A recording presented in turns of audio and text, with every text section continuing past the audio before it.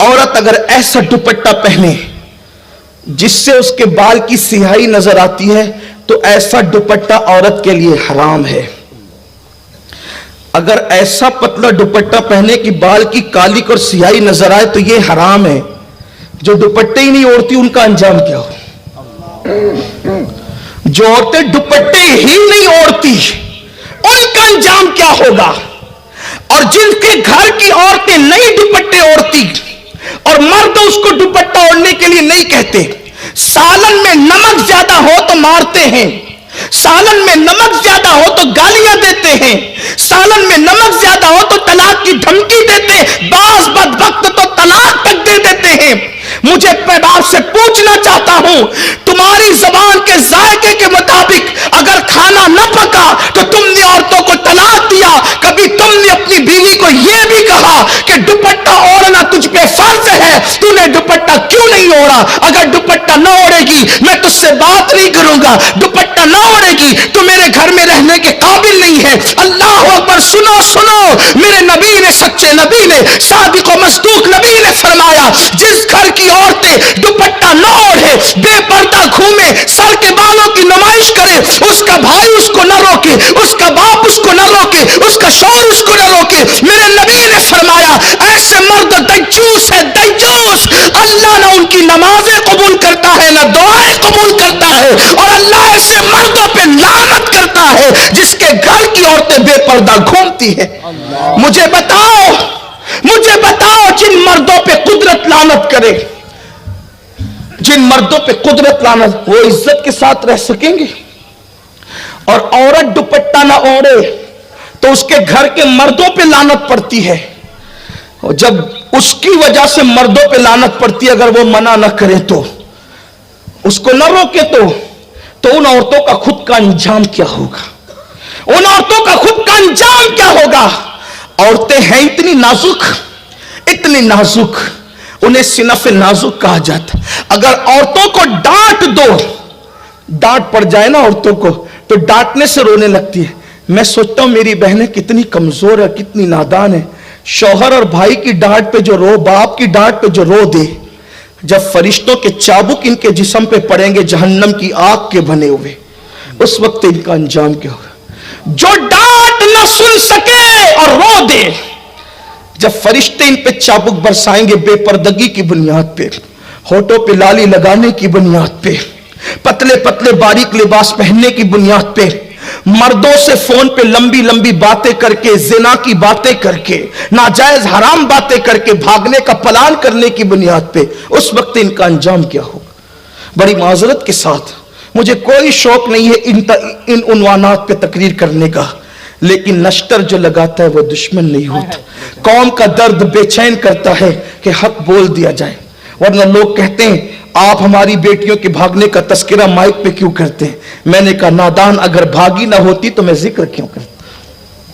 جنہیں بھاگنے میں شرم نہیں آتی ہم ان کا تذکرہ کرنے میں شرم کیوں کریں؟ اس لیے کہ قوم کی بیٹیوں کو، میں یہ نہیں کہتا کہ ہر بیٹی بھاگتی ہے، واللہ کبھی نہیں کہتا. میں تو یہ دعویٰ کرتا ہوں پوری دنیا میں کہ آج بھی جتنی باغیرت مسلمان کی بیٹی ہے اتنی باغیرت کسی کی بیٹی ہو نہیں سکتی. لیکن سیریل دیکھ کر، فلمیں دیکھ کر، گانے سن کے، ناولیں پڑھ کے آج مسلم بیٹیوں میں بھی کچھ ایسی ناہنجار اور غلط بچیاں جنم لے چکی ہے جس نے پوری قوم کو بدنام کر رکھا ہے. ہر دن کسی نہ کسی اخبار میں، ہر دن نیوز چینلوں پر مسلم بیٹیوں کے بھاگنے کی داستان آتی ہے. لیکن یاد رکھنا اس کے ذمہ دار بھی صرف وہ بیٹیاں نہیں ہیں، ہم بھی ہیں، کیونکہ ہم نے اپنی بیٹی کو سیریل دکھا کر تو پالا، ہم نے اپنی بیٹی کو سیدہ فاطمہ کی سیرت کبھی نہیں سنائی، ماں عائشہ صدیقہ کی زندگی کبھی نہیں سنائی. اللہ اکبر. ہم نے تو اپنی بچیوں کو گناہ اور جرائم دکھائے فلموں کی شکل میں، لیکن ہم نے تقوی اور پرہیزگاری کی باتیں کبھی نہیں بتائی. भाई वजह यही है, कौम की बच्चियां बिगड़ती चली गई, कौम की बच्चियां दिन से दूर होती चली गई। तो आइए बात बहुत दूर न चली जाए, मैं 2 जुमले कहकर अपनी बात को फिर अपने उन्वान की तरफ लेकर चलता हूं। मैं अपनी कौम की इन बेटियों से, माओं से, बहनों से गुजारिश करता हूं, मेरी बहनों, अल्लाह के अज़ाब को दावत मत दो, अल्लाह के गजब को दावत मत दो। दुनिया का बड़े से बड़ा ताकतवर इंसान कोई भी इस काबिल नहीं है जो अल्लाह के अज़ाब को बर्दाश्त कर सके। अल्लाह के इज्जत की कसम, अगर मेरा अल्लाह अपने अज़ाब को किसी पहाड़ पर डाल दे तो पहाड़ भी अल्लाह के अज़ाब को बर्दाश्त करने की ताकत नहीं रखता। सोचो तो सही, जो पहाड़ अल्लाह का अज़ाब बर्दाश्त नहीं कर सकता, हमारा ये कमजोर जिस्म अल्लाह के अज़ाब को कैसे बर्दाश्त कर सकता है? इसलिए कभी गुनाह करके अल्लाह के अज़ाब को दावत मत देना। मेरे अल्लाह ने फरमाया, इन्ना बत्श रब्बिका लशदीद, बेशक तेरे रब की पकड़ बड़ी सख्त है। अल्लाह जब किसी की पकड़ करता है तो फिर उसको कहीं का नहीं रखता। जवानी में गुनाह करना बहुत अच्छा लगता है, जवानी में गुनाह करने में बहुत मजा आता है, जवानी में रंगरेलियां गुल छल्ले उड़ाने के अंदर इंसान अपने आप में बहुत भारी अपने आप को महसूस करता है। मगर सुन लो, कुदरत तुम्हें और हमें सबको देख रही है। मेरे अल्लाह का ऐलान है, हुवा माकुम ऐनमा कुंतुम, तुम जहां कहीं हो अल्लाह तुम्हारे साथ है। इन्नल्लाह काना अलैकुम रकीबा, अल्लाह तुम पर कड़ी निगरानी कर रहा है और अल्लाह की पकड़ बड़ी सख्त है। जब इंसान गुनाह करके भूल जाता है तो कुदरत उसको सजा देती है, और बुढ़ापे में जब कुदरत किसी को सजा देती है तो इंसान चेहरे पे चादर डाल करके रोता है और उस वक्त तो तौबा तौबा करता है, लेकिन बहुत देर हो चुकी होती है। इसलिए अगर पलटना है तो जवानी में पलटो, अगर दीनदार बनना है तो जवानी में बनो। सारी जिंदगी की लज्जतें लूट कर जब किसी के काबिल नहीं रह जाते तब अल्लाह की तरफ पलटते हो, जब किसी के काबिल नहीं रह गए तो कुदरत की तरफ। याद रखना, जवानी में जब हम इबादत नहीं करते तो बुढ़ापे में फिर कुदरत इबादत करने नहीं देती।